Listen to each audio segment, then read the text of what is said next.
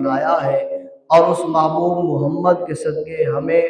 ماہ رمضان المبارک کا مہینہ عطا فرمایا ہے، اور اس محبوب محمد کے صدقے ہم سب کو اللہ تبارک و تعالیٰ نے قرآن پاک عطا فرمایا ہے۔ اس محبوب محمد کے صدقے اللہ تبارک و تعالیٰ نے ہم سب کے حال کو پر رحم و کرم فرمایا ہے، اور ہمارے لیے اللہ تبارک و تعالیٰ نے جنت کو سجایا ہے، سنوارا ہے، بنایا ہے کہ اے امت محمدیہ، تم نے دنیا میں رہ کر میرے محبوب محمد کے طریقے پر زندگی کو گزارنا ہے، اور جب تم دنیا میں رہ کر میرے محبوب محمد کے طریقے پر زندگی کو گزار کر آؤ گے تو پھر میں نے تمہارے لیے انعام کے طور پر اس جنت کو بنایا ہے۔ اور حمد و ثنائے اس کریم ذات کی بارگاہ کے بعد تمام درود و سلام امام الانبیاء، محبوب کبریا، احمد مجتبیٰ، نور خدا حضرت محمد مصطفیٰ صلی اللہ علیہ وسلم کے لیے ہے۔ کتنی تعداد میں؟ فرمایا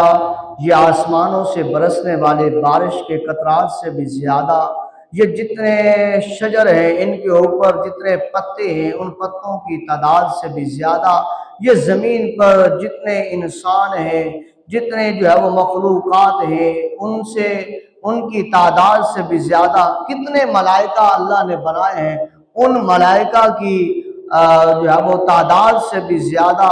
اور سمندر کے پانیوں کی قطروں کے قطرات سے ان کے شمار سے بھی زیادہ، اور حتیٰ کہ اللہ تبارک و تعالیٰ کی رحمت کی شمار سے بھی زیادہ امام الانبیاء صلی اللہ علیہ وسلم کی ذات پر درود و سلام ہو۔ امام الانبیاء صلی اللہ علیہ وسلم کی ذات پر درود و سلام پڑھنے کے بعد سلام عقیدت پیش کرتے ہیں ان ہستیوں پر جنہوں نے اپنا مال،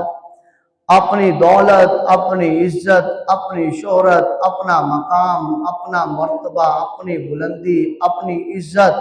اور حتیٰ کہ اپنی جانوں کو بھی امام الانبیاء صلی اللہ علیہ وسلم کے حکم پر قربان کرنے کے لیے تیار ہو گئے۔ اگر سیدنا صدیق اکبر رضی اللہ تعالی عنہ کی ذات کی بات کریں تو آپ نے بھی اپنا مال، اپنا سب کچھ امام الانبیاء صلی اللہ علیہ وسلم کے قدموں پر قربان کیا۔ اور اگر سیدنا عمر بن خطاب رضی اللہ تعالی عنہ کی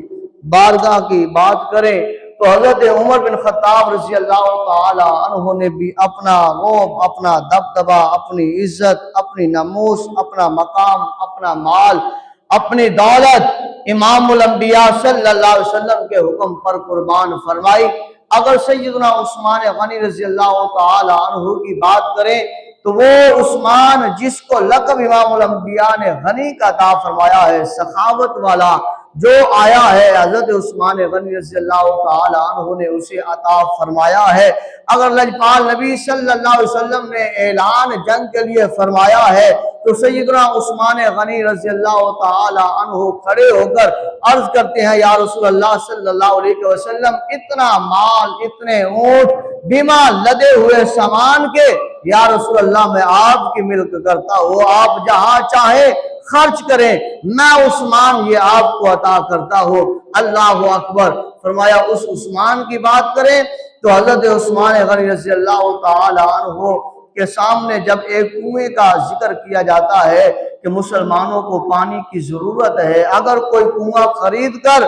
مسلمانوں کے لیے وقف کر دے تو فرمایا اس کے لیے جنت ہے، جنت ہے۔ تو حضرت عثمان وہ ہیں جو کھڑے ہوں اور عرض کریں یا رسول اللہ صلی اللہ علیہ وسلم، بندہ ناچیز حاضر ہے، اور حضرت عثمان وہ کنواں خرید کر امام الانبیاء صلی اللہ علیہ وسلم کے قدموں سے وار کر وقف کر دیتے ہیں کہ جہاں سے آؤ مسلمانوں پانی پیو، اے یہودیوں عیسائیوں تم بھی یہاں سے پانی بھرو پیو، جانوروں کو بھی پلاؤ، اپنی ضروریات کو بھی پورا کرو۔ تو حضور فرمائے اے عثمان، تیرے لیے اللہ تبارک و تعالیٰ نے جنت کو واجب کر دیا۔ تو اگر ہم